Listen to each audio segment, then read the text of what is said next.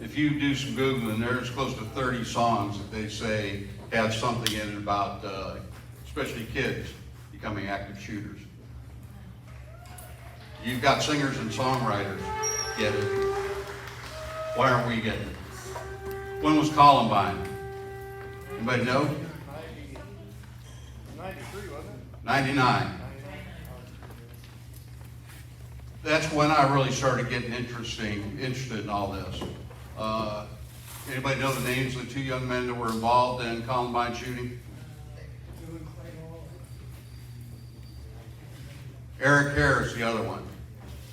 I'll tell you why this sort of became a personal thing for me.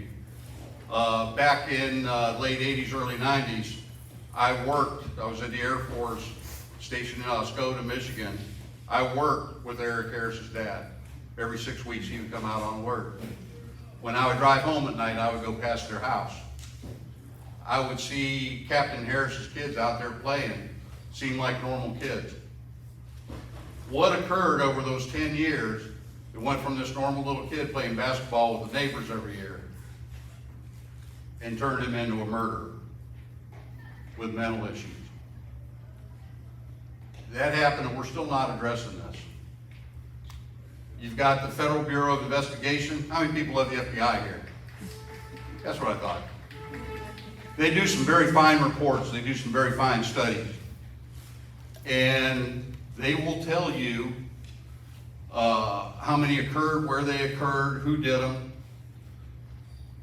Some of the reports that you can get that they don't release to the general public will also look at the effectiveness of the individual shooter. How many hits on target?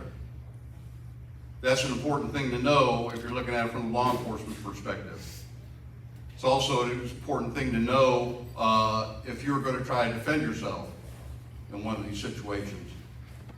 What kind of weapon do you think achieves the most hits on target during an active shooting? Any guesses? What's that? Long gun? What kind of long gun? 12-gauge shotgun, most hits on target. So people saying, oh, the AR-15s, oh, they're so evil, they're so bad. Don't even come close to the hits on target achieved by shotguns during these things. If you see somebody with an AR, I would much rather see somebody with an AR-15 coming after me than I would somebody with a 12-gauge. Especially because active shooters are usually, they're all cowards. Most of them are untrained, and it takes some training to put hits on target with an AR-15 or with a handgun. Shotgun, you can get lucky. Point, and you're sending, if you're using double-aught buck, you're sending 9 rounds headed that way. And where you might get lucky and hit somebody once with an AR-15, with that 12-gauge shotgun, boom, 9 rounds, you can put them on target just like that. That's another thing the FBI looks at. Do you know the one thing that the FBI does not keep track of when it comes to active shootings? Mental state? Yeah, and something a little more than that. Along the same lines, they don't keep track of whether or not the shooter was on or had been on psychotropic drugs. Why do you suppose that is?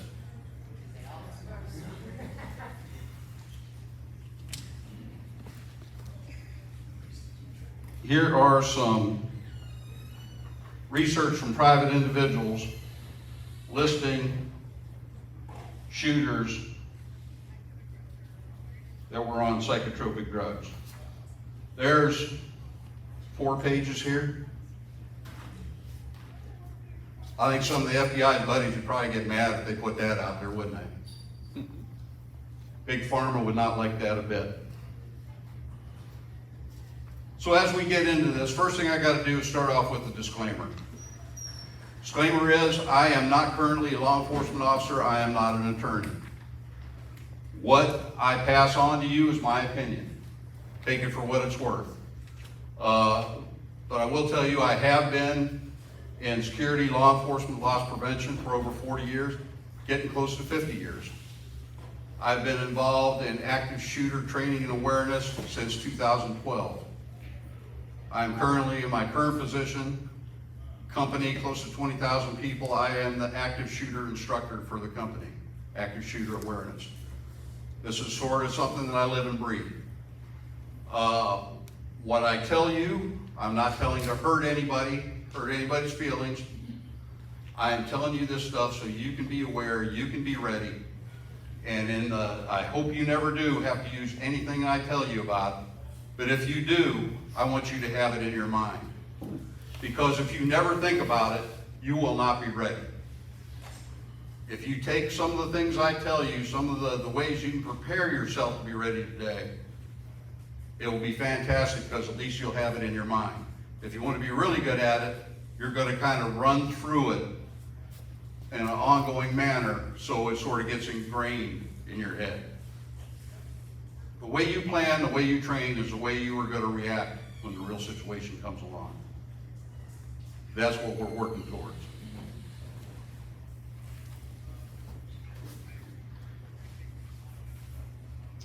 Today we want to improve your situational awareness.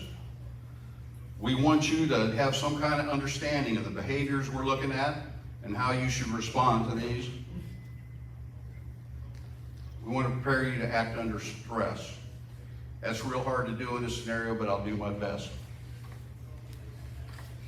Anybody tell me what the definition of an active shooter is? An aggressive person with a firearm. That's a good start. Aggressive person with a firearm who is in the act of illegally shooting people, one or more people. You can find all kinds of definitions. I think anybody would know if you're in a situation, you got a nut coming at you with a gun and he's trying to shoot whoever he can. Active shooter. Why do we call it active aggressor? Because we're not in just a world of shooters right now. You look in countries where they cannot get firearms, they're using swords, they're using knives, they're using whatever.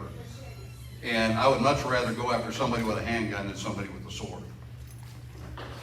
Once you know what you're doing.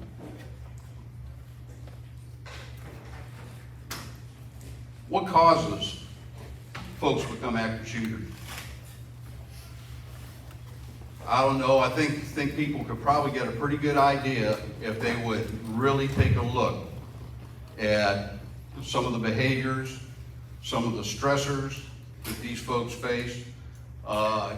You look in the young man in that song we just listened to. He was a guy who was picked on. He didn't have all the nice things. He didn't have the pumped up kicks that his other classmates did. He ended up feeling resentful for that. You get resentment, you get somebody that's being picked on. And back, most of us here see a lot of gray hair here, I like that. Back in our day, you would have met outside the school and duked it out. Got it over with. Nowadays, folks don't do that. And you get these folks who are timid, a lot of cases, cowardly. They want to strike out, and they not only want to strike out to hurt the people who they feel have been hurting them, but they think that they are going to get some glory for doing this. This is where the news media hurts us. Because any active shooting, what's the news media do?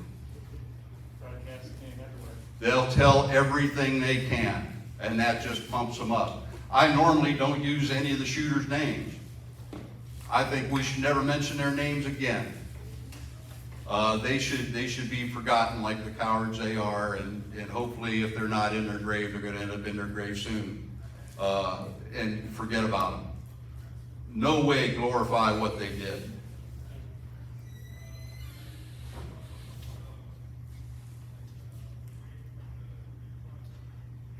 In locations,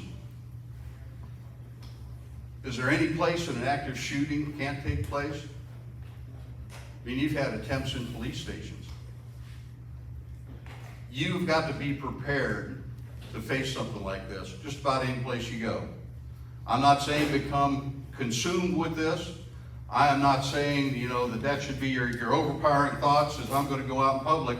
You should develop good habits that will help you stay alive if you ever get into one of these situations.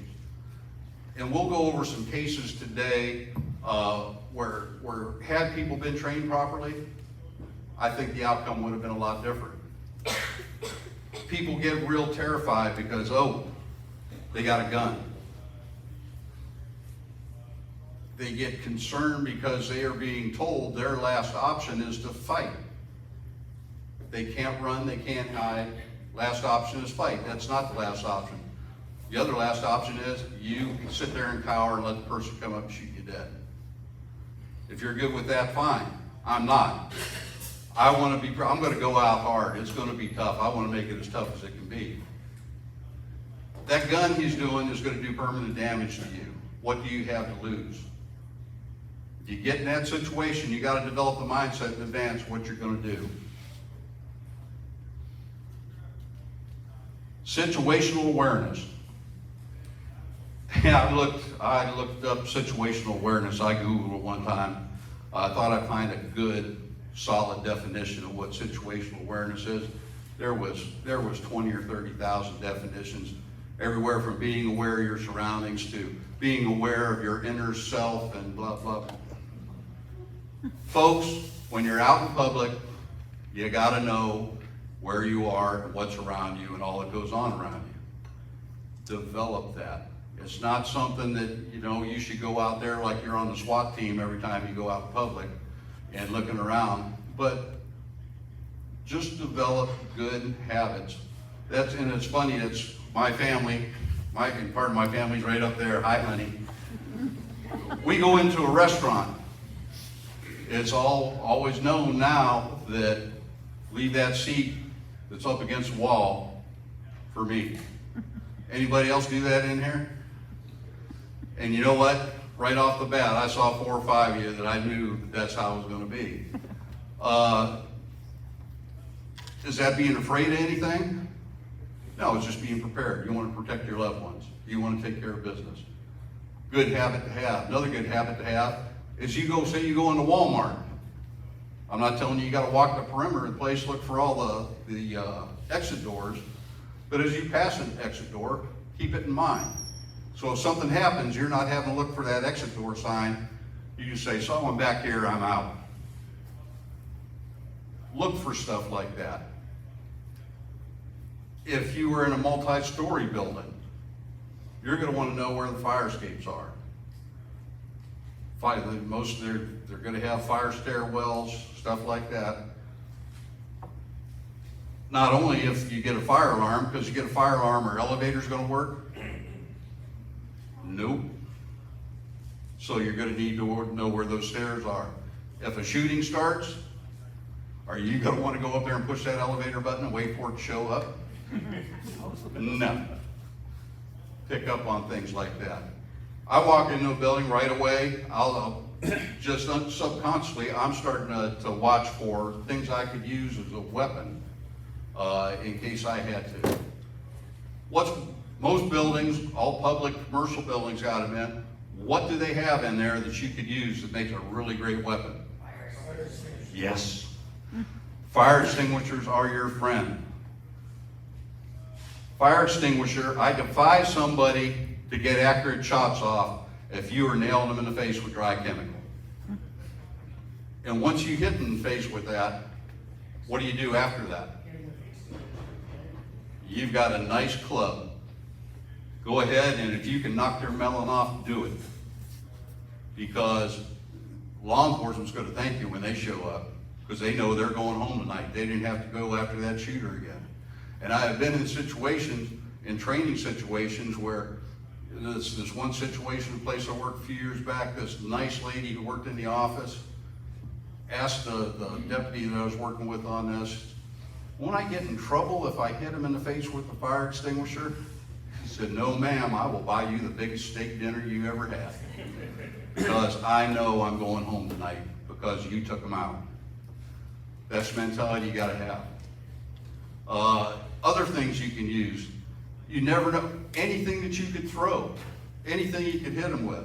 That same location, after we did training, I walked through the cubicle farm there where all the office folks work, and I started noticing there was all these nice ladies in there who had all these lovely little knickknacks. They had little sheepies, they had chickens, they had pictures of their grandkids. All of a sudden, I started seeing rocks these heavy steel things. So what's up with the new knickknacks? Well, after that training, I realized I didn't have anything good to throw.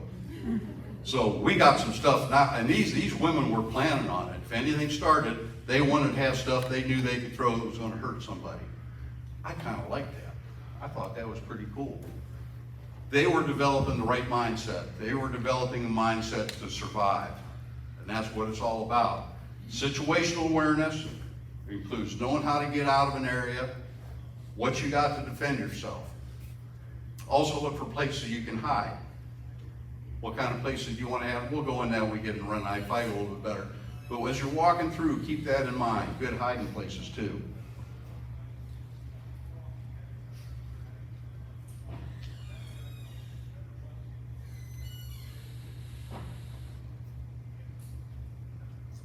Let's talk about some behaviors. The behaviors are kind of wide-ranging, and in the FBI studies, this is one thing they did do good. Some of the behaviors we're going to talk about, no shooter had just one. So if you run into somebody that has one of these behaviors, don't be overly concerned by it. If they show 3 or 4 or more of these behaviors, then it's time to be concerned. Things like aggression. This person normally good, easy to get along with, all of a sudden they start being very aggressive. They start having outbursts. They start getting into clashes with people they work with, loved ones, people in their family. That's a concern. They're a good performer in school or work normally. And you see that starting to go down. You see that starting to slip away. Another concern. Are they having any kind of fixations about other active shootings? Are they becoming overly obsessed with information and news releases about active shootings? One example I'm going to give you here, people remember a few years ago there was a shooting in Dayton, Ohio. He went into a nightclub district. He had a AR-15 style pistol, big magazine. He fired 41, 42 rounds in about 40 seconds until a police officer showed up and shot him. This guy, and this sort of shows that people are not aware enough, people don't receive training. He dated a girl a couple times. First time they went out on a date, he said, hey, you want to go back to my place? And later on they interviewed this young lady and she said, you know, I thought maybe he's just kind of a fast mover. Said, okay. Went back to his place. She was going to see what happened next. Get to his place, said, hey, want to watch some videos? Okay, let's see what happens. He played videos of news releases of active shootings. Think that's a little concerning? She didn't know. She never had any training on it. She didn't say anything to anybody. Then later on, a shooting occurred. A bunch of people got hit, killed some of his old family in that. So big area of concern, being overly fascinated with active shooters, what they did, how they did it. A lot of them will study too, weapons use, methods, stuff like that, because they want to do better than the last one. They want a higher body count, they want more media coverage. That's what drives them. Video games. Any video game fanatics in here? Not saying all video games are bad, not saying everybody who watches video games is going to go nuts. But if somebody gets to the point, they become fixated on a violent video game to the point they can't separate video games from fact, that's concerning behavior. A big one, and I know some of you, I'm going to say this, some of you are going to say, I can't believe this happens. But it's called leakage. Because the majority of these folks, before they commit their act, will tell people about what they're going to do in one way or another. You shoot, everybody remember the Charleston AME church shooting? Where a coward went in and killed those wonderful people that were just in there trying to talk about God? In that case, he had a couple of his friends that he told everything. One of those friends is in jail because he didn't come forward. I don't know why the other one isn't, but he actually had planned on going to a university in the area first. But he realized that there was not a high enough concentration of African Americans in that university that would have raised he was hoping to start a civil war. So he focused on the Charleston AME Church. He told his friend he's going to do that. The friend said nothing. End up with those wonderful people losing their lives. So when somebody is talking about it, that's a concern. In my own job, it will kill me. Anybody here in HR? That's good, because I'm going to badmouth HR. In my company, if somebody tells employees they're going to kill somebody, they've had it with that supervisor, they're going to get a gun and shoot the place up. You're sort of in HR, but not really, Shelley. If they do that in my company, and HR finds out about it before we do in protection services, they will start an investigation, which may last a week or 10 days. And then they will come out and make a decision whether that person was actually dangerous or not. Anybody see a problem with that? If the person did present some kind of danger, we'd have dead people. So whenever, I tell people when I go out and do my training in the company, whenever you hear it, you report it to your supervisor, your manager, whoever. If they don't do anything, you call law enforcement. Because the minute we hand it over to law enforcement, it's on them and they know how to handle it. We had a situation at one of my facilities in Columbus, got reported to us from an outside agency. It got to them sort of sideways. It started off as a child welfare issue. Other things came out. Here, this young man who worked at one of our facilities was posting online he was going to kill people. He posted on there that he was going to wait across the street from our parking lot on a little hill there with his AR-15 and start shooting at people as they got off shift. I was lucky I was able to get in touch with the right people with the Columbus, Ohio Police Department, their counterterrorism task force who handles that.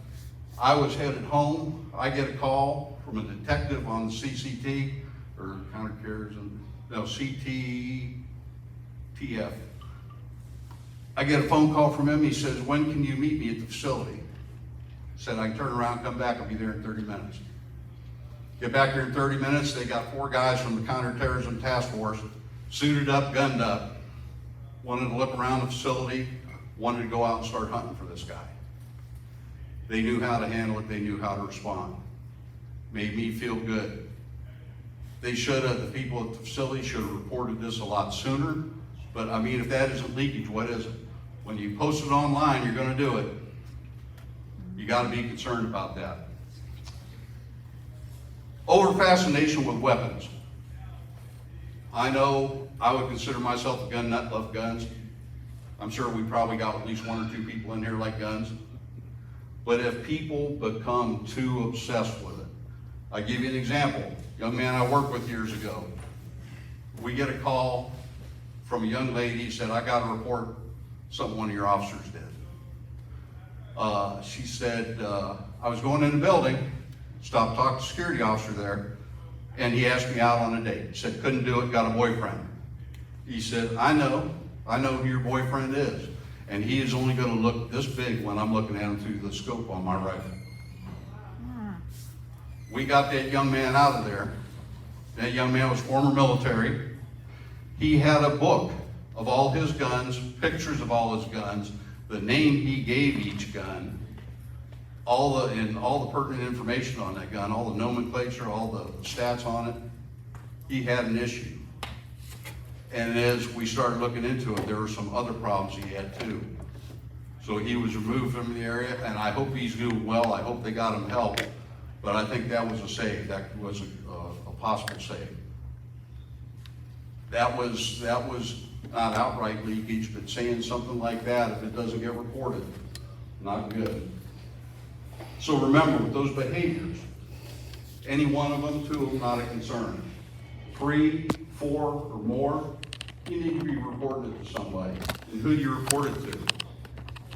66% of the people who think somebody's getting ready to commit an active shooting will go talk to the shooter. It's their friend, it's their brother, it's their cousin, it's whoever, neighbor. They think they have relationships. Some of those people have died. Either that or that shooter's gonna talk to them to the point that they think he's okay, he's not gonna do anything. If somebody says they're gonna kill somebody, report it to the police. They teach you in a lot of classes to de-escalate. Pardon me? They teach you in a lot of classes to de-escalate. That's why they teach you. I know, and I do de-escalation for the company, and I had problems when they started trying to get me to do that, because I said back in my day, de-escalation was a 5D cell mag light, and it took about 10 seconds. De-escalation is a good thing, but when somebody says they're gonna kill somebody, there is no de-escalation. Call the police. Get them involved. They know how to handle it. They will make sure that that person is taken care of, so they're not gonna be a threat. Anything else you do might work, might not.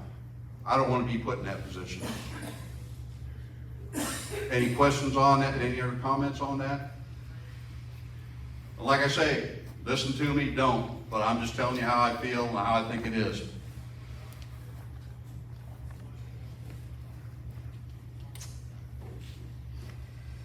One thing I'm going to talk about before we get into run, hide, fight. Has anybody ever heard of OODA loop? Had some experience with OODA loop? People will say, how do you expect me to stand any chance of getting over on a guy with a gun? Colonel, I believe it was John Roberts, I'm thinking, United States Air Force fighter pilot many years ago, was trying to come up with a way to give our fighter pilots an edge when they were in a dogfight. He came up with OODA loop. What's it stand for? Adapt, overcome. Oh, no, that's Heartbreak Ridge. That's what? That's Heartbreak Ridge. No, orient. Why can't I think of the acronym? You're starting off right. Orient, operate, Everybody's good on orient. yeah, decide, yeah, I can't. Observe, orient, decide, and act. Good Colonel found out that anytime you're going to do something, first thing you're going to have to do is observe. Say, okay, there's a person I want to shoot. Then you're going to have to orient. You're going to have to decide, okay, that person is uphill for me, I'm down here. You're calculating in your mind what you're going to have to do to put hits on target. Then you have to decide to do that act. Once you decide to do that act, you're going to act. If anything happens along the way, it's not only, you're not going to be able to go back to the previous step in that, you're going to have to start from the beginning. This isn't something that's going to give you minutes. Something's going to give you seconds. If you're going against somebody with a gun, if you get seconds, you are blessed. So think about that. Anything you can do, scream, yell, throw anything that you have. And that's one thing, I left it over here. I tell the folks when I'm doing this with my company, I say, what if we don't have anything to throw? I say, I bet every one of you has one of these things with you. In one of those situations, that's the best use for it. I had 2 facilities down in Texas, distribution centers. The vice president over them was so into this, they had like little field days for each distribution center where they got old mannequins out, fire extinguishers that were no longer certifiable, let people shoot fire extinguishers at them, then they got old cell phones they were going to trash, and people got to come up and throw cell phones at the mannequins. They sent me videos of this, it was incredible. Because people were going up there, you could tell they had no confidence level at all. One young lady saw her flip that cell phone, it hit that mannequin, hit it good, made it jump back. She was like, wow, my cell phone, I'm going to go after them. I got it. So getting into it, realizing what you got, learning how to use it, it's all part of the planning, part of the training for it. But OODA loop, knowing how to use that to your advantage, breaking, that shooter's OODA loop is gonna give you seconds you need to react. Now, you can't say, I'm gonna throw something in his face, when it hits him, I'm gonna figure out what I'm gonna do next. You buy yourself a second or two, you gotta be ready to react. You've gotta be ready to go in there and take the next step. You're shooting them in the face with dry chemical, you get a break, you see that gun pointing away from you, it's time to go give them a big kiss with that big red tank. Always know what your next step's gonna be. You're not gonna do that if you don't think about this in advance. Something that you have to plan in your head, so whenever it happens, you know right off the bat what you're gonna have to do, how it's gonna work. Any questions on OODA loop? How do you spell that? OODA loop. OODA loop. L-O-O-P loop? Yep, Like repeat? yep. Yeah, because it is a big loop. Just goes round, any break, you go back to the first one, back to observe.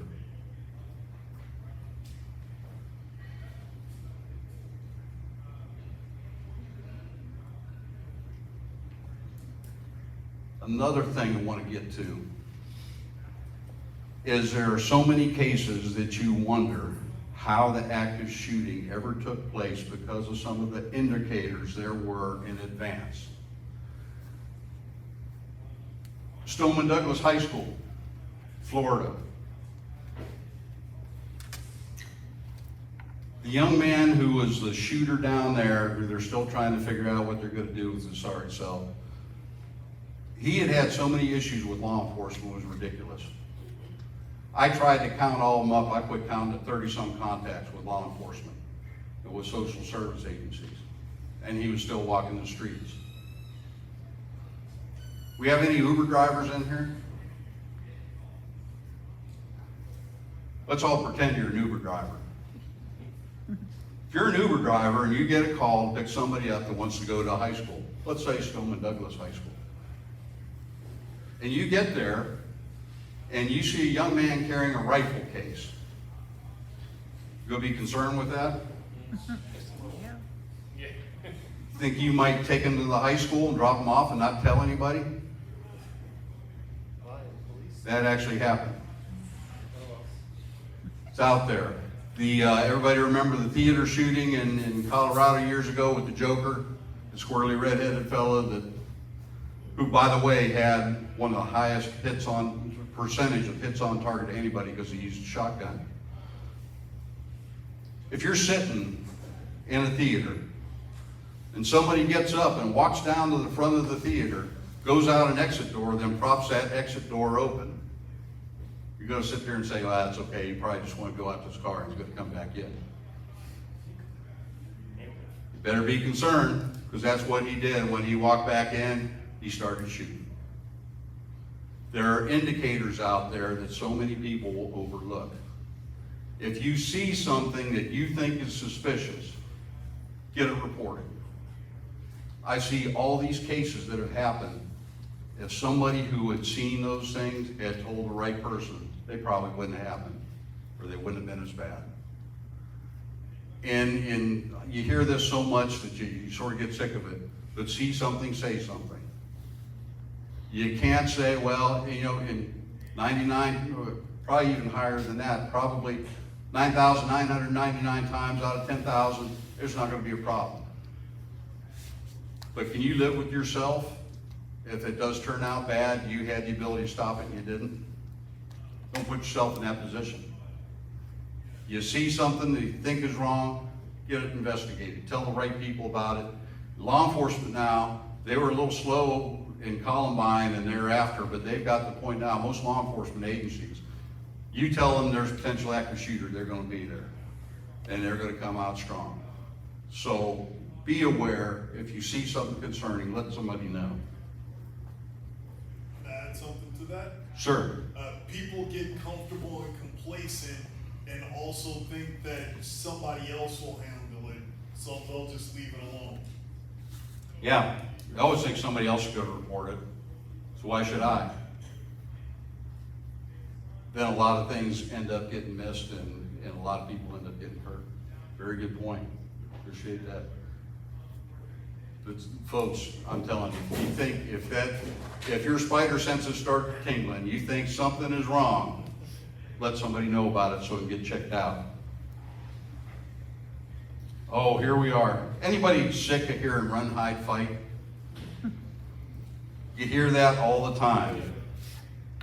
I watched the DHS video I don't know how many times, and I'm sorry I critique it because there are things in there I see that concern me.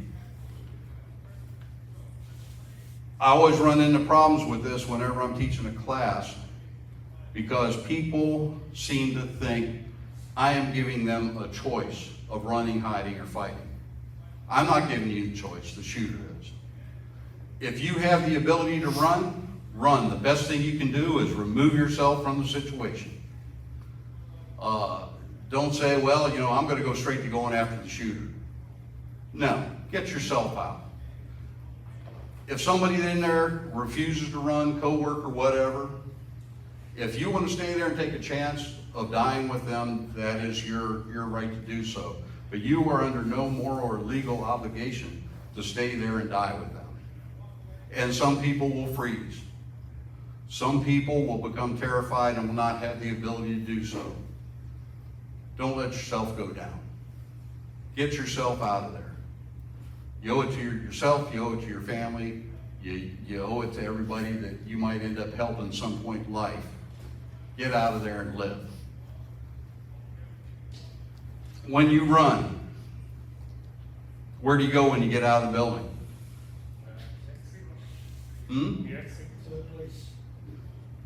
Run until you know you're in some kind of a safe area. Run to the next building. Run as far as you have to. You know that you're safe. Should you take off in your car? No. Don't take off in your car. Because you take off in your car, are you going to be driving the speed limit? If police have been called and they're responding and all of a sudden they see a car flying out of the area where the shooting was reported, they're going to have to take time to turn around and chase that car down, stop and make sure it's not the shooter. Don't put them in that position. Let them respond to the area so they can do what they have to do to get the individual terminated. Don't become more of a problem. Once you get to a safe area, if you have the ability to do so, call 911, tell them who you are, where you are, and what happened. They're going to want that information. Why do you need to let them know that you are away and you are okay? If it's in a business where they know who's supposed to be in there, they're going to be searching for you after they get the situation neutralized. Make sure you're okay, or make sure you're not laying in some corner someplace bleeding to death.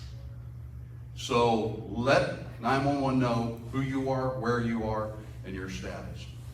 That's going to save a lot of problems in the long run. Also, when you run, put yourself in the mindset of the police officers who respond to this, who are outside. Police officers at Columbine operated under the old theory. You get a situation like that, you go, first officer's in, set up an inner perimeter. The next officers arrive, set up an outer perimeter. Inner perimeter keeps everybody in, outer perimeter keeps everybody out. Meanwhile, the shooters are walking around shooting more kids.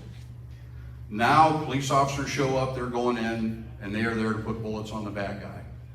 That's all there is to it. That's how they train.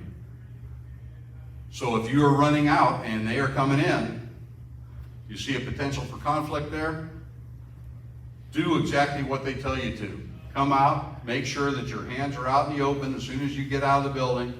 Make sure that everybody can see it. Don't be holding your cell phone in your hand, because cell phones are what color most of the time? Black. What are a lot of guns color? Don't have that in your hand. Finger spread. Follow any directions they give you, because they're going to treat you like a bad guy until they are sure that you are not. Why? They want to go home tonight. They want to see their family. Simple. It's not they hate you, anything else. They know what they got to do to get home and see mama and the kids. Or, excuse me, let me be proper here, or daddy and the kids. Your belongings, if you have to run, leave them all behind. Is there anything, say you're in your office, is there anything at your desk that is worth losing your life over? Nope. Yet people will stop to get stuff because, and I'm gonna get off the side a little bit here because I see it all the time. They do how they're trained. When it comes to getting out of the building, most people in a business setting are trained through fire drills. Most people I've seen when it comes to fire drills, the minute that alarm goes off, do they get out? They say, I wonder if this is real or not. Oh man, I don't believe we're gonna have to go outside, it's hot outside. Oh, wait a minute, it might rain, I'm gonna get my jacket before we go out. That's how they train, because when something happens, you are not gonna differentiate. I tell people, that fire alarm goes off, don't question it, you're practicing. You're practicing not only for fires, you are practicing for active shooters. The minute you hear the threat, get out. Don't question it. Another thing with making the decision to run, you know, they have documented proof, so many incidents where people will be in a building, they hear gunshots being fired. Gunshots do not sound like gunshots a lot of time in the building. They're not as loud, you might hear a little pop, pop, pop. People will actually say, what is that? Did that sound like gun? Wait, I'm gonna go check it out. Folks, if you think it's gunfire, get out. Just like you hear a fire alarm, get out. You hear gunfire, what you think might be gunfire, get out.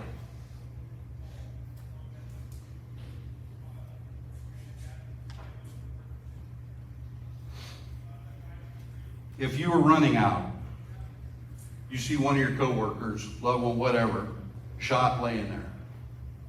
Should you try to help them? Only if you want to risk your life. They were in a line of fire, might still be in line of fire, you go to help them out. If I was a shooter, that's one thing I would do. Watch whoever I shot to see if somebody comes try to help, because then I'm going to get my body count up. Think about that. It's not pleasant, it's not nice, but if you want to survive, you got to develop that mindset.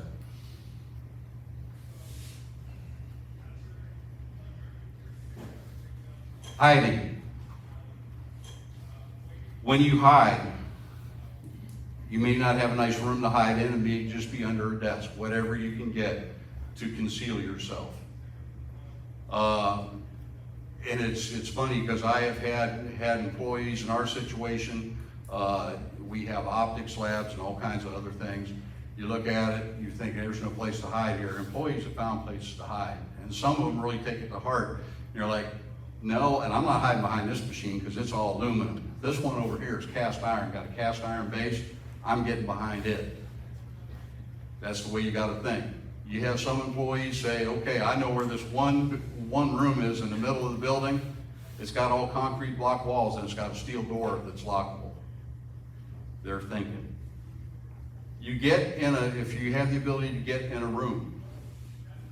Another thing I got to bring up that you're going to shake your head at, if you're hiding in a room and the door can't be locked, make sure that door opens in before you start trying to barricade it. People have done that, and I can only imagine the shooter when he gets up there going, how y'all doing? What did you think you were doing? You gotta think about these things in advance, because I guarantee you when you're under pressure, you're not gonna think about it.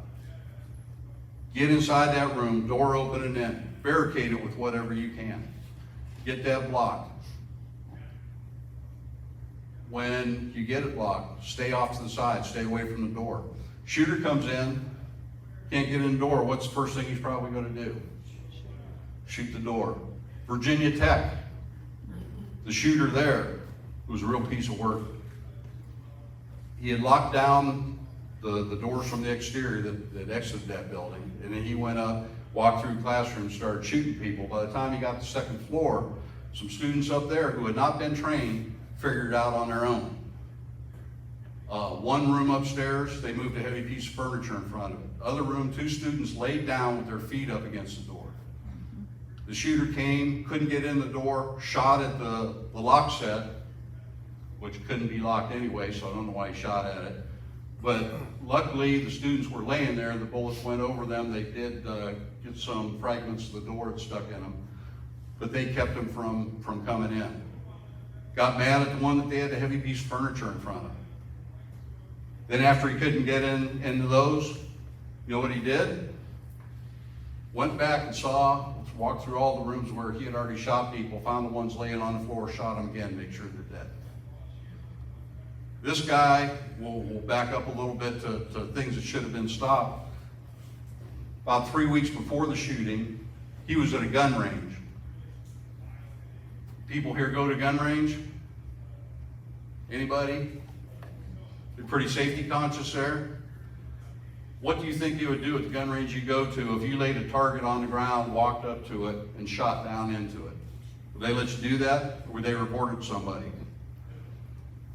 The Virginia Tech shooter, gun range he went to, they didn't say anything. They watched him do it.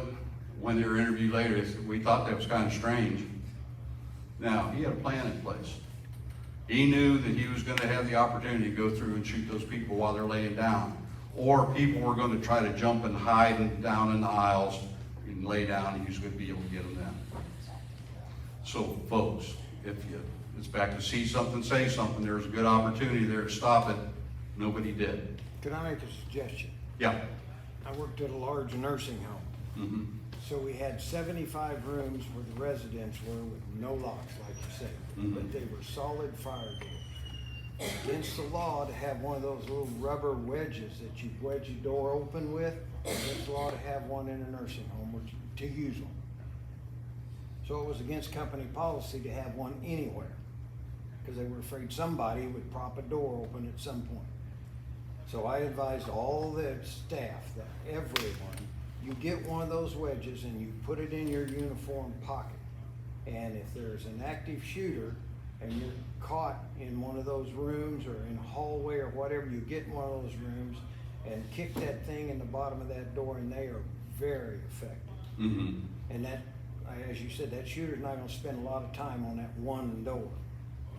Yep. So that's very effective to keep handy. Door wedges. If you're in a situation like that, concerned, and the facility you're in isn't taking the appropriate measures to protect you, carry one of those door wedges. Good way to stop it. Make sure that it's actually going to work on the floor material. I've seen some might slip depending on what the floor material is, but that's a good workaround, good hack to have that might work for you. Thank you. When you're hiding, stay quiet and out of view. That's a no-brainer. If you've got this with you, turn it off. Best thing to do. You would hate to find a really good hiding place, then all of a sudden have ding, ding, ding, and it's going to be some ridiculous text that you didn't really need to receive, and that's going to give take a chance of giving your location away. If you have one of these with you and you hide, get it turned off. If you're hiding, you're in a room, you're barricaded in a room. Let me in, it's Sally. You gotta open that door?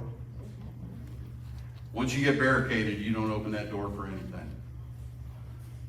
If I'm a bad guy and I find Sally out running around and I know you're barricaded in the room, I'm gonna tell Sally, you go up there, you get them to open the door, I'll let you go home. And then as soon as the door opens, we'll pop Sally and then we'll go in and shoot everybody else. Somebody shows up and says, law enforcement, open the door, what are you gonna do? Get on one of your cell phones, call 911, tell them who you are, where you are, you're barricaded in a room, somebody's knocking on the door, says they're law enforcement. They will be able to find out who it is. Do not open that door until they verify that that's a law enforcement officer outside your door. Questions on that? Now we're in the fight. It's a good time. If you get to the point, as a last resort, if you can't run, you can't hide, you have to fight. I'm gonna fall back on what this guy that when I was still in the Air Force doing ground launch cruise missiles, he was a trainer, Captain Combat Cooper, we called him. He would always beat into our heads. When you engage the enemy, You hit them with everything you've got, you either annihilate them or take away their will to fight. I think that says it pretty simple. If you decide to fight, if you're put in that situation, you don't want to lay there and get shot doing nothing, you're going to fight. Hit them with everything that you can, and do not stop. And you're saying, well, Jeff, the guy's got to go. And you're dealing with a coward. You are dealing with a coward that thinks he needs to use a gun to get the one up on you. You start screaming and yelling at him, going after him, throwing stuff at him. You get close, you're hitting him, you're clawing his eyes, you're doing whatever you have to do. That's where your opportunity for victory comes in. Because I guarantee you, 90% of these guys are gonna cower and stop. Charleston AME shooting, little weasel went in and shot those folks. He weighed 120 pounds at the time of the shooting. And I'm not trying to make fun of any of the people in there or be disrespectful, but there were some folks in there who were not tiny. They were some substantial folks. They had all kinds of things in there. They had purses, they had Bibles, they had chairs against this 120-pound guy. Had they been trained, had somebody told them, had they sat through just a little class like this, to let them know, give them some idea that they could get the one up on this guy with a gun, things might have turned out different. You need the training.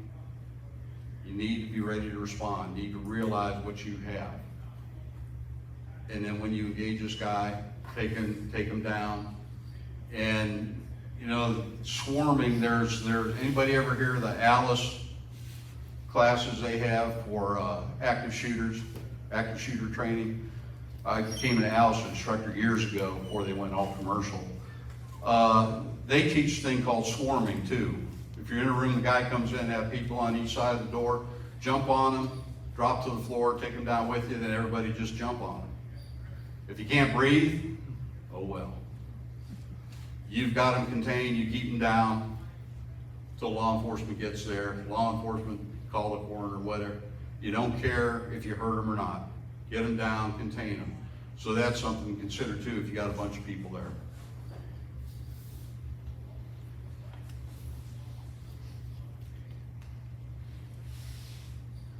Anybody have any questions on run, hide, fight? There was a shooting in Nashville at a school, and at the hospital, the nurse, they told us to, barricade the door and break the window and jump, but, I mean, depending on what, so, you know, like say a story or something like that. Mm-hmm. And that's, if you have the ability to do that, that's great too. Take a chair. There are so many places now where you're just not gonna be able to do that. And you gotta make sure that you're not putting yourself in more danger by jumping out. Make sure that the person is still actually in the building shooting and hasn't gone outside. And another thing is, make sure if you get the opportunity to do that, make sure that you are ready to comply with any law enforcement or anybody who may be out there. Because then again, you know, you're law enforcement, you're showing up, all of a sudden you see somebody coming out the window. Your cell phone, because they make you keep it in your locker. What's that? You won't have your cell phone with you because they make you keep it in your locker. Mm-hmm. So if you're on duty. Yeah, well, and that's good, but I'm just saying, you get outside, respond. If you have law enforcement there, make sure you're ready to comply with them and go with the game plan, and they'll take care of you after that. That's a good point too. If you get barricaded and you can't get out safely through a window or whatever, do it.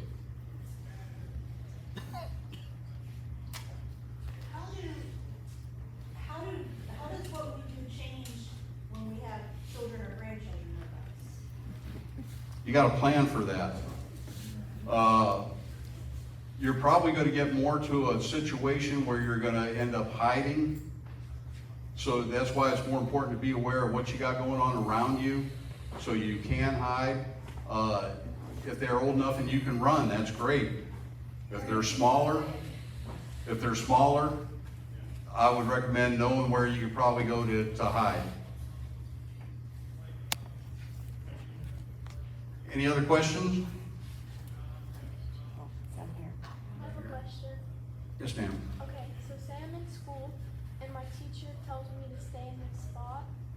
but there's a better way for me to get out. Do I listen to them and stay where they tell me to, or do I do what I think's best? Good question. That is a situation where it's a personal decision for you. I can't give you an answer. I could tell you what I told my own daughter, because she came home one day about the time I was getting into all this, said, "Dad, we had a lockdown drill today and they did it wrong." And I told her at that point, if you ever have a real situation and you know the shooter's not outside that door, you know how to get out and run. That's what I told my daughter. Because her school at the time, the classroom she was in when they did this, had on the hallway wall was glass from halfway up to the ceiling. They had them go to the back corner of the building and duck down in the corner. I know the deputy who was doing the ALICE training for all the schools in the county. He had already trained them. The school district had failed to initiate the changeover to what they were trained by ALICE, which would not have them cowering down in the back of a room. That's old school. Let's touch real quick on, everybody remember Sandy Hook? Yeah. Terrible situation. Young man who did that, he had been so far out of it, he and his mom had just been communicating by text for several months. He lived in the same house. When she was getting ready to sell the house, she had to get an RV in the backyard so he could stay back there so he wouldn't be upset by people coming to see the house. She thought, when she was a school teacher, she thought it'd be a good idea to take him to the range. Maybe this would help out with his mental issues, him getting to learn how to shoot, becoming responsible. Didn't work out so well. You know who the first person was he shot? Her. Mom shot her in the face, then went to the school, then shot all those kids. I have my own belief on this, and this is my own belief. Anybody have any ideas on why they tore that school down and rebuilt someplace else? They say it was because they were, it was out of respect to those who had died there, that they didn't want to keep that school there in place. I'll throw something else out there for thought. They were using a hazardous weather plan, an inclement weather plan for their active shooter plan, which had kids going to restrooms with no doors on them. Those kids were shot were in rooms with no doors on them. How long would it be before people one day figured that out? That school was still standing, still being used. Right. Like I say, this is just my own opinion, but it's one of those things that make you go, Yes, ma'am. What do you think about teachers being trained in keeping guns locked and I love it. Our school district up in Ohio, it was just a couple years ago, somebody came out and said, we think it's really bad, and we should not have teachers carrying guns in school. And our school district superintendent said, they've been doing it for 5 years and nobody knew about it. It's not a problem. Yes, ma'am. What about what happened in Tennessee, I think it was, where finally some guy that was at a barber shop went in and helped because police came there and it took them like a half an hour or so before they even started doing anything in the school. Well, and that's, down in Texas, in Uvalde, Oh, that was it, they, that was a huge failure on the part of the Uvalde Police Department. They were wrong in so many ways, and their chief has been fired, others have been fired. The only acceptable thing for law enforcement to respond now is the minute they get there, even if they don't have others there, the first guy there goes in and puts pressure on the shooter. If the shooter knows law enforcement's coming in, majority of the time they're going to end up capping themselves. They figure it's over. These folks are such cowards, they do not want to go up against law enforcement face to face. So they will end up taking their own life. A lot of the shootings, you look at the time they lasted, 5 to 6 minutes. It takes law enforcement on average anywhere from 5 to 12 minutes to respond. So they're not planning on shooting it out with law enforcement. They're planning on ending it before that. Any questions? Yes, sir.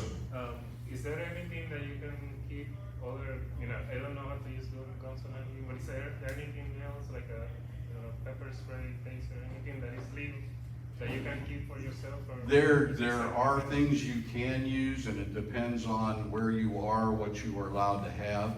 One thing that I love to tell people, anybody have a wasp and hornet problem? I do right in the backseat of my car, where I can put rabbit. Everybody should have a wasp and hornet problem, and keep some of that wasp and hornet spray that shoots 15 to 18 feet. Hornet, no, the hornet is. Because that's a nerve agent. You get that in somebody's eyes, I defy them to start firing accurate shots. Bear spray. Bear spray, and that's the problem you get with bear spray, they're gonna say that's OC spray, that is some kind of weapon. Wasp and hornet spray, if you got a wasp and hornet problem, and when this happened, you just happen to have that close to you and you decide to use it. Just in case, you have to fight, you have, something so you can shoot the shooter, yeah. Then, that's something you can keep around, that really nobody's gonna end up saying anything about, they're not gonna think about it. If you're at work, the safety guy might get on you if you don't have a safety data sheet on it, but, there are all kinds of things. What did he say? Pardon me? What did he say? He was just talking about having something with you that you could end up using to fight with if you needed to.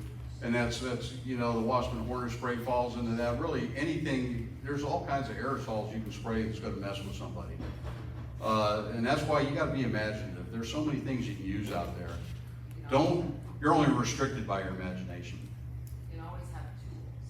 Like in my center console, I have one of those little pry bar kind of things, it's double-ended, you can have a ratchet. Oh. They give you a hard time about. I just had somebody buy a whole box of screwdrivers from me today for $1. That's a whole lot of weapons there. Anybody can carry a screwdriver. You're just trying to fix something, a Leatherman tool, whatever. I'm really big on stuff you can throw though. That's huge. Padlock on the end of a belt looks pretty good too. Mm-hmm. What is it? What? Heavy buckle on a belt. Let's talk about once the threat's neutralized. Say you're successful with the fire extinguisher, you knock the guy's head off. Law enforcement's responding, medics are responding, you got people shot and injured. How many people here work in an area or carry a personal first aid kit or an IFAC that have the items you would need for a major trauma? Chest wounds, got a couple. Majority of workplace first aid kits got nothing for that. So what are you gonna do? You're in a workplace, you got people laying there bleeding.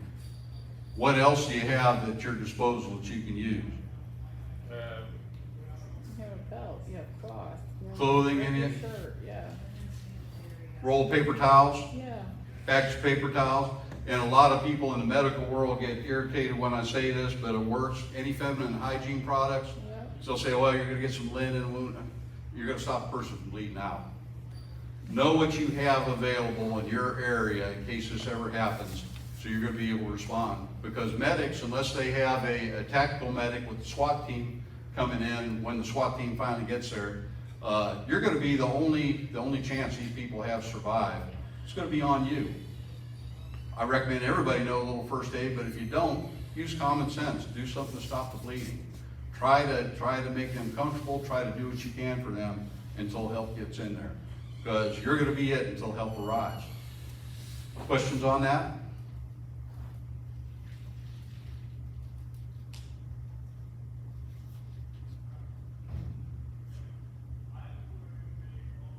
Carry gloves. How much time we have left, Shelley? You've been gone for an hour and 7 minutes. So still got a few minutes? Could I have 7 or 8 volunteers? Anybody want to volunteer? Come on down here, sit in the seat. I just need some volunteers here. Oh, that's why I was thinking, man, Jeff, I thought you had 8 chairs there. You're fine. You can come down and sit in one of these if you want to. Okay. Anybody else want to volunteer?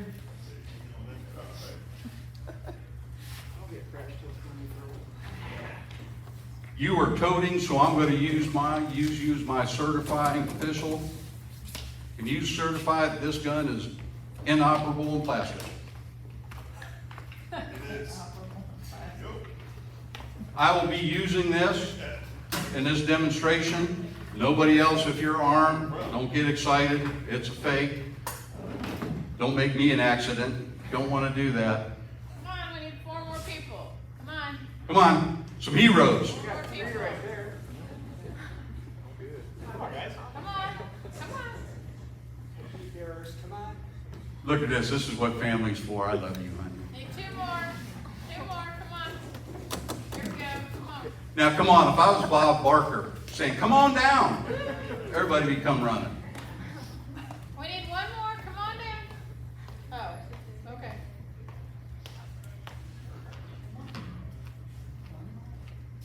And that's good. I can use 1 chair. We're gonna do a little demonstration. Would you mind moving over 1 so I can sit on the end here? Just make it work a little bit better. Charleston AME church shooting. The failure there was, number 1, they didn't have locked doors.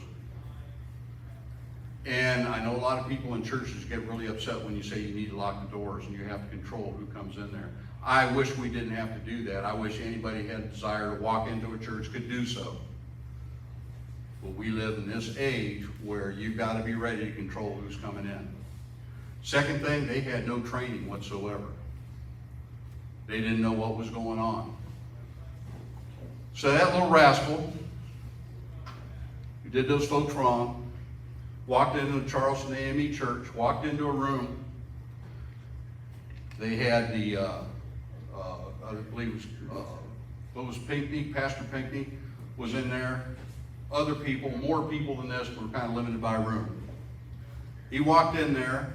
Those good people accepted him, even though he looked like a squirrel, because you see pictures of him then, you look at the guy and you go, this guy is not right. They welcomed him, they let him sit down. He came in, sat down with those folks while they're doing a Bible study. He sat there with them for about an hour. Talked to the folks, interjected a couple times. After an hour, he got up. He produced a Glock 45 caliber handgun. He walked around, boom, boom, boom. He was firing about 6 shots a minute. Not a high rate of fire. It wasn't happening quick. Boom, boom, boom. He walked around shooting those people. Some of those good people pleaded with him to not do what he was doing. What'd he do? Kept shooting. Boom, boom. One young lady, he said, I'm not shooting you. You know why I'm not shooting you? Because you need to tell the story of what happened. After 6 minutes and over 60 rounds, he put the gun to his head and pulled the trigger, and he was out of ammo. He had no intention of living through that. How'd that make you folks feel, sitting here going through that? Fish in the barrel. Yeah, not a good feeling, is it? Different scenario. I walk up to the first person and haul off and just smack her. What are you folks going to do? They're going to be all over me. What's the difference between a slap and a gun? Gun's permanent. You're going to allow them to take your life and not do anything about it? When you were more than happy to jump up there when it was just a slap fight? You got to get the right mindset, folks. You got to get the right mindset. It's a terrible feeling to sit there and go through something like this. When I went through Alice training, they had all of us go to the back of a classroom and cower down. And they had a SWAT guy who was going through the class who was a shooter, had an airsoft gun. And they had him coming down the hallway. And they had one of those little air horns to signify gunshots. We sat there for 5 minutes, cowering in that corner, hearing those gunshots coming, hearing that horn going off. When he walked in, he stood there and shot us all, multiple times. When they called a stop to that exercise, we turned around, and that SWAT officer was crying. He said this was terrible, it was too easy. We gotta make ourselves hard targets, folks. We gotta have training, we gotta develop the right mindset if we're gonna stop this ridiculousness. Thank you, folks. Anybody have any questions or any comments on what you just saw?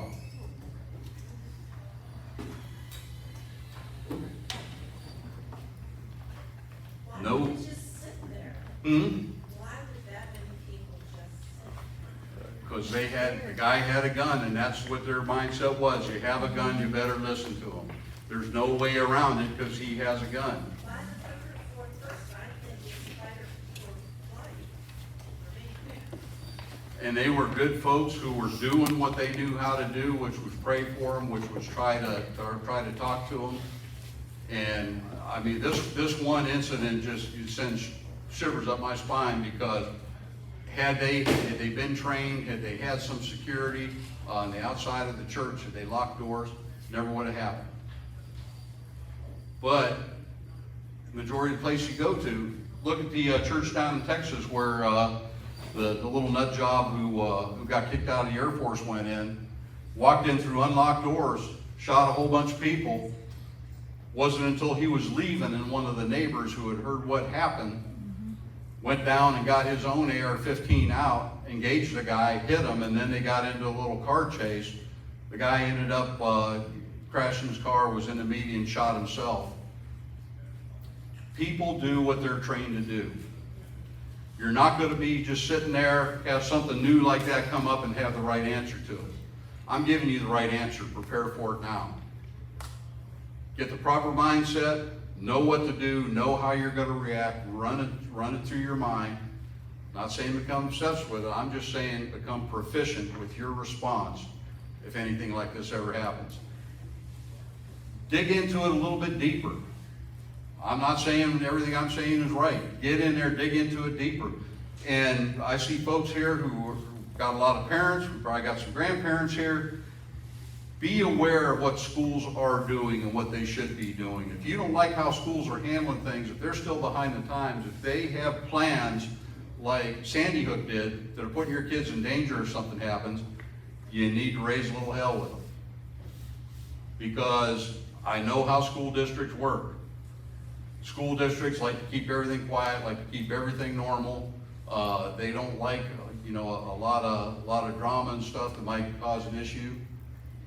Cause a little drama. If they're not prepared to respond and keep your kids safe, let them know your displeasure and don't back down. Keep going until they get it straightened out. Because those kids, you get kids in school, that's a really, really touchy subject with me, because those kids should be able, everybody should be able to go someplace and be reasonably safe. Those kids, we are sending them to school. That school should be protecting them and keeping them safe. Yeah. Any other questions? Yes, ma'am. Good way to train your children, like if you're hiding and be quiet, I mean, this is preparation for the children. Well, and kids will need a little bit different tactics depending on their age. Like high school kids would be good with what we went through today. The younger they get, you need to soften it a little bit. You don't want to take young kids and terrify them, and they have special courses for those kids on training them on how to respond. They're not, you get a 6 or 7 year old, they're not going to decipher there's gunshots coming, I need to do this. And you're in a situation there where you need to have a teacher who's educated on the right response. Say, okay, come on, let's go do this. We've got to do this now. When I tell you to do this, you got to move. You don't stop. You don't think about it. Come on, let's go. You got to really get those kids sort of indoctrinated to that, so the responses go easy. But they have programs, training programs set up for all ages in schools. Anything else? Yes, ma'am. So, maybe 5 years ago, I was afraid to touch a gun, and I made myself start going to classes. We have a girls' class that goes every month. And I feel like I'm a lot more prepared, and even running it through your mind, you're not doing it physically, where, tactical training. Just doing it through your mind, I think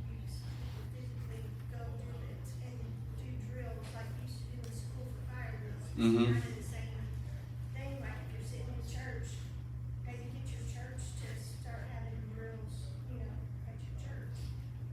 In churches, let me touch on that real quick. How many people here, their church has a security team? Are they a trained security team? Well-trained? Churches are interesting. Churches, right after an active shooting, especially if it involves a church, if they haven't done anything yet, they'll be saying, oh, we need to do something about active shooters. And they'll reach out to people, they'll try to get people to come in and talk to them, they'll say, we'll meet next week. And I bet you 80% of the time, before that day, they're gonna say, oh, we gotta put it off for another week. If they do that, they're gonna put it off for good. They're gonna forget about it by the third week. You also get churches who don't seek out the proper guidance and do things a little wrong. Churches will say, okay, we're gonna have a security team. You're on our security team. Not gonna work. First thing you better do is check with their insurance company. Unless they want to get in a bunch of trouble. Because the insurance company is going to dictate, if you have a security team, how they need to be trained, how they need to be handled. Other than that, you know, sometimes they go the other way. They just get a handful of people, or you can see some churches say, okay, you can conceal carry in here. Oh, that's great. You got all kinds of people, different levels of training, who are all think they're going to engage a shooter, and you're liable to have a couple hundred different minds in there all doing different things because you haven't trained them. Folks, it's not going to work out well. Churches have a hard time trying to get, a lot of churches, our church included, they got a security team, they don't want the people in the church to have any kind of training. It would really help for people to know that security team's there. If something starts, you just better get out of the gunfire. Don't get up and get in the way. So churches, urge your churches, keep an eye on them. If you're not happy with the way things are running, bring it up to them. So, you know, there may be a better way. There are organizations we can reach out to get help and do that, because I love churches having security teams. I hate that it's necessary, but it is. But I like to see them do it right, make sure nobody gets hurt. Sir, you have a question? To the woman that's asked, why wouldn't anyone do anything?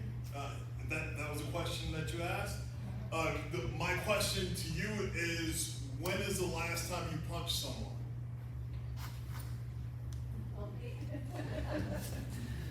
It's a serious question.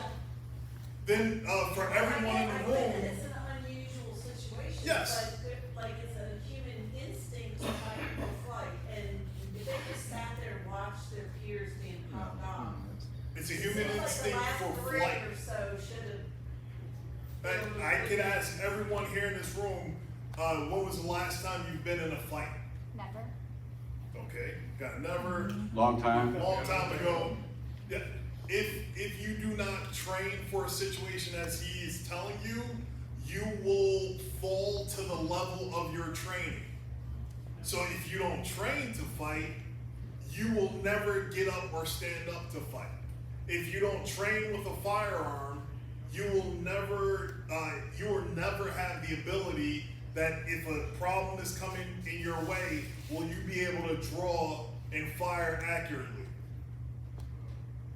That's why the people would just sit there. That's what they're used to doing. They're used to sitting there like, oh, there's a problem over there. As I said earlier, somebody else will handle it. So they're looking to everybody to the side of them, oh, somebody else is gonna handle it. Or somebody's gonna call the police, and then the police are gonna show up. I get that. Yes. If somebody else is gonna be responsible. Yep. Me. Right. And then what have we been trained to do? What has television and the movies trained us to do? Somebody points a gun at you. Gotta listen to them, got a gun. And I come from a little bit different background, I think you have as well. Just because somebody's got a gun doesn't make them right. If I had gone along with that, I would have been gone many, many years ago. What's that? Doesn't make them invincible. Yeah. Yeah, and that's, when you look at these folks, the guy from Charleston AME Church, little bum, 120 pounds. I look around the room here, I think probably the vast majority of you could have taken that guy on and kicked his butt without trying too hard. You gotta look at it and be realistic. You got a 120-pound guy with a gun, don't think, uh-oh, I need to listen to what he says. Just start looking at him and think, how am I gonna get over on him? I gotta wait, I gotta break his OODA loop and give myself that second I need to get in on him. Gouge his eyes out, hit him in the ears, cup his ears, give him a headache, grab him by the throat, do whatever you can. Hell, I was sitting on a weapon. Yeah, and those things are great. You get nailed with those, that's definitely gonna break your OODA loop. And if you hit them right, it's gonna also allow to mess with their ability to aim a weapon or anything else. There's all kinds of things out there, folks. Don't go easy. Don't go down easy, that's all I'm saying. Get ready. If anything ever happens, which I hope it doesn't, I want you to have somewhere in the back of your mind what to do. Yes, ma'am. So I also, reevaluating all my stuff, I took some classes till I couldn't put, but I think taking self-defense classes will also help you mentally. Even if you're not using a gun, you can at least protect yourself somehow, take somebody out. And that prepares you to engage. Because that's a lot of people that have never had to do that or haven't had to do it for many years. And that's the big step. And, folks that all of a sudden are confronting an active shooter, like I say, if they haven't prepared for it, they haven't prepared for it mentally, they haven't done any training, it's a rough thing to get over, but you've got seconds to make a choice of whether you're gonna go easy or whether you're gonna make it difficult for them. I'm thinking like if I'm the first to react, I pick up my chair. And I stand up with my chair, okay, who shoots me first? Well, anyways, who shoots me first? But maybe that jolts people enough to be like, to jump into action and what do I have? Just to grab their chair and everybody grab a chair, like, you can't shoot all of us at once. And that's another thing training can do. If you get enough people trained to realize if somebody goes for them. Plane crashed, Flight 93, that crashed when they decided to go for the cockpit. They made a decision to go. They had several people that went after it, decided to do it. It's a bad feeling. I've run into that situation in law enforcement. One time had this big drunk guy. You found out later he was also on some angel dust, and he was going around this barbecue cook-off just punching people. We found him, and I was a reserve deputy. I had an older reserve deputy with me. We decided, okay, we need to go up and approach this guy. I'm going to talk to him. You stand off to the side. We're going to see if we can talk him down. If not, we're going to have to take him down. And the whole while I'm looking at this guy thinking, man, this is really going to hurt. And I go walking up, and I say, hey, you, come here. And the guy comes up, and he was towering over me. He comes up to me, and he's just looking like he's ready to duke it out. It's going to get ugly. And I'm thinking, I got my back up here, and I look at my partner standing back there 20 feet behind me. Don't be that person. If somebody goes for it, support them. Be in there right behind them and go for it. It's a bad feeling to think that you got some support that's not there. So when somebody goes for it, everybody go. Yes, ma'am. That was a very good exercise. And on the heels of what she was saying, when you went and you shot the first person, I went back to class Friday morning, when TJ was saying that 80 to 85% of handgun shootings are survivable, and immediately when you did the first one, I thought, well, not in the head, so I'm not gonna let it be in my head, right? And all I could do is sit there. All I could do is sit there, and I just watched you. And when you stopped the person beside me, and then you went around, and I wanted to grab Shelly's side so bad. That's good. I like that. You was getting ready to get it, Jeff. And I just wanted up and to go. But that is good information. I think people should know that with handguns, I assume that statistic's correct, or they wouldn't be giving it. If it's 80 to 85% survivable with a handgun caliber, that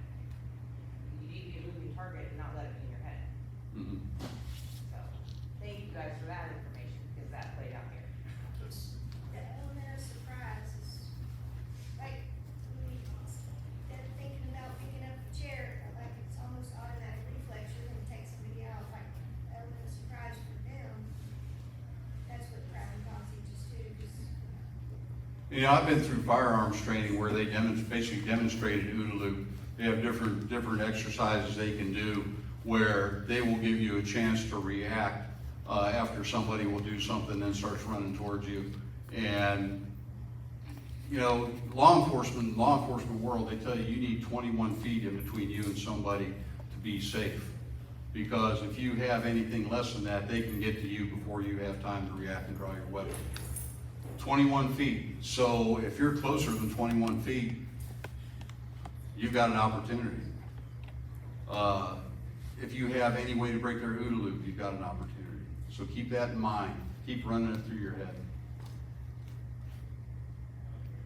Thank you. You did great. Thank you very much. I enjoy this. One more question. Yes, ma'am. I just wanted to let everyone know, like, the women in here, if they ever wanted to take shooting classes, I found that there's a girl and a gun club, it's all over the country, and it's a good way to get started. Yeah, there's a lot of groups like that out there. I'm trying to get some of them to come to our event up in Ohio next year, which, by the way, is Heartland Self-Reliance Conference. It'll be May 16th, 15th, and 16th in Millersburg, Ohio. But we've got 4 or 5 chapters in that area, and I don't know what they think I'm trying to do. I'm just trying to get them out and give them the opportunity to spread the word. But good groups like that, get yourself some training, because if you're going to carry a firearm, make sure you're trained not just how to hit the target, but how to do everything else. One thing I want to do real quickly, how many concealed carriers we have in here? If you are ever in a situation where you're in a facility where there is an active shooter, and you engage that active shooter, you take him down, what are you going to do next? Get a lawyer. Talking a little bit sooner than that. Not get shot by the cops. Put your gun down. When the minute you have them down, first thing you got to be concerned about is, are they by themselves? So you're going to want to get in a position where you can check everything out, keep an eye on everything, and keep your gun in your hand while you're doing that. Hopefully you have a cell phone with you. If not, direct somebody else in the area who has a cell phone. Call 911. Tell them who you are, what happened. Be very specific. Don't make any general statements. Don't make any statements like, I wasted that MF. You need to get all emotion out of it and tell them what happened. I am in this mall. There was somebody going around shooting people. I am a concealed carrier. I engaged them, took them down. They are laying here bleeding. I am standing here with them at gunpoint. I am wearing a gray shirt, gray pants. I will stay here in this position and until you tell me it's time to either reholster my weapon or put it down. When law enforcement, they will keep you on the line, or the person calling for you on the line. When law enforcement gets there, they will let you know what they want you to do. There have been situations where somebody, a bystander, they hit one down in Texas, shot the shooter, standing there with a gun over a bleeding body. When law enforcement shows up, guess what happens? Like I said, when they show up now, they're there to put bullets on the bad guy. And don't want to look like a bad guy when they do. Folks, thank you very much. I enjoyed it.